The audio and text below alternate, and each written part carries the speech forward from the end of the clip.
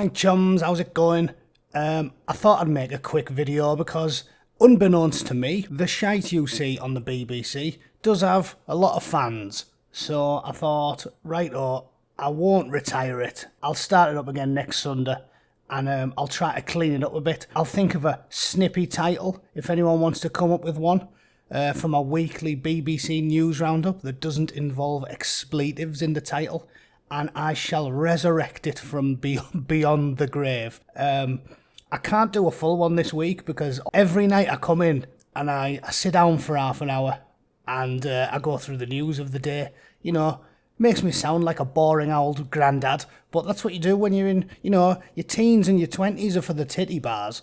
When you get to my age, you come in after an hard day and then typically you go and do some exercise. I like to go for a run or go to the gym, but they've all been bastard locked. Don't start me on that again. That is still a sore point. I'll talk about it in a bit because that's what I'm going to talk about in this one story I'll cover. But I've left coronavirus alone for a while, but I'm super pissed off with how they've approached it.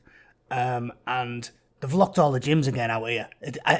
I'm angrier than usual because the one thing I enjoy other than going to the pub is going to the bastard gym, and now both of them are off limits. So the angry Bootneck is the incandescent with rage Bootneck at the minute. It is fucking unbelievable that these twats have such a myopic and simplistic fucking approach to a pandemic. Pales in insignificance when compared with past ones. The death toll, the mortality rate from those that contract it is fucking minuscule, and I cannot believe how ignorant and naive they are. But anyway, went on a bit of a tangent. Point is, get to my age, you're a bit of a boring bastard. I read the news every night. This is why your dad and your grandpa says to you when you're 23, listen son, get to my age, you get a bit long in the tooth, you learn a few things, and when you're 23, you go, fuck off grandpa, what is a square old cunt like you? You go and piss the bed again, see you later. And you think they know nothing. And then you get to 38, 39, and all of a sudden, after ignoring them for 20 years and making terrible decisions, financial, female and otherwise, you go, shit, the old bastard was right all along. So yes, it's the sad quandary of life, my friends. Youth is wasted on the young, and young people always ignore good advice. That's the way it works. That's why when you have a life crisis when you get into your 30s, if your wife leaves you and you lose your job, you don't fucking phone your 15-year-old niece for advice, do you? You phone your mum or your dad. But point is, I check the news every day, and when I do that, that's when I like to cultivate the endless digital diarrhea that we find on the BBC News website. I can't do it this week because, like I said, it takes a bit of effort to really plunge the depths of despair and wade through that fucking cow shit they call journalism and find the really funny stories. When you've got mass media and more knowledge available to us than ever before, even I need to put a little bit of effort in to find stuff about, the poet, the feminist slam lesbian breakdancing troupe entertaining the virus victims in Seattle or something like that. That's not usually smack bang in the middle of the homepage. And if you want to find the funny stuff, you do have to put a bit of effort in. So most nights I come in, read the news for half an hour, get to all the world affairs. I check the Spectator, one of my favourite magazines, and then and I always bookmark the best stories from the BBC. But rest assured, after public opinion was made known, I will restart the BBC Roundup on Sundays. But two things I want to talk about today, just quickly. Boris doesn't want a second national lockdown. Amazingly, they're talking like this is a bad thing. It's the BBC. Let me just make clear, I haven't talked about coronavirus for a couple of months because it bores me. If you want to know what I think about it, I can point you back to what I'm saying in March or April. I haven't changed my mind. And I like to think I've been proven right. It wasn't me, by the way. I'm not trying to blow my own trumpet. I've simply copied Peter Hitchens because he's my favourite British journalist. I read dozens of different opinion pieces back in March, and he swung me over. He had the best argument. And I haven't changed my opinion. After everything that's gone on, it's only cemented my opinion that he's got the right of it. The fucking cure is worse than the disease. But BBC, they hate Boris, and they want to make him look like a cunt.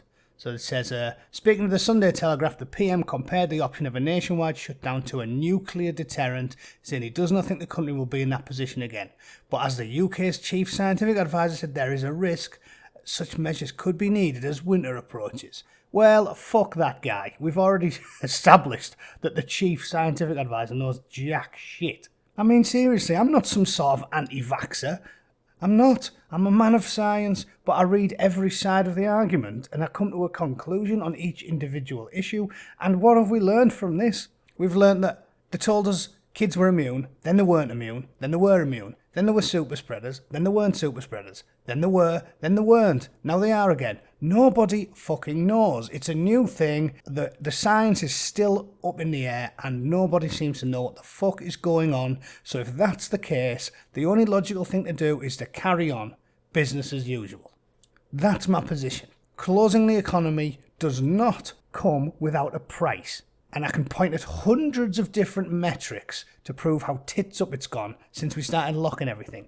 Battered wives, chronic depression, alcoholism, drug addiction, suicides. They reckon there's 100,000 extra people died from other morbidities like heart defects, heart attacks, cardiac and respiratory illnesses, things that they would have been okay with if they were getting checked up and screened regularly, and that hasn't happened since we locked everything. So we've literally killed hundreds of thousands of people, even from a medical standpoint, and that's not including all the mental health things that have come. It's not a simple yes or no answer, this. And people are making out like it is.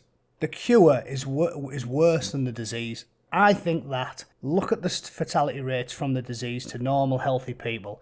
I believe, again, like I've said since March, you should have a targeted quarantine for the high risk, the very old, the morbidly obese and the asthmatic, and let everybody else be about their bastard business.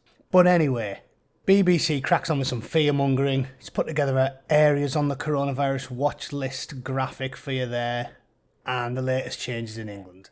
I do not agree with the fear-mongering from the BBC. They're a bunch of twats. But that's all I really want to say today. I will get back on track for next week, and I'll re-up the BBC roundup, because it is comedy gold, isn't it? It is. Hopefully if I rebrand it and swear a bit less, it won't get shut down every time I try and film the bastard thing.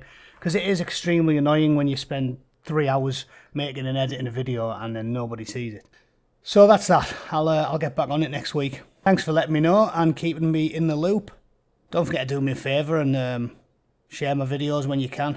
And I will be back next Sunday. With any luck, I'll hopefully be bothered to make something through the week as well if I'm not too busy. Thanks for all your support, lads. I appreciate it. Cheers.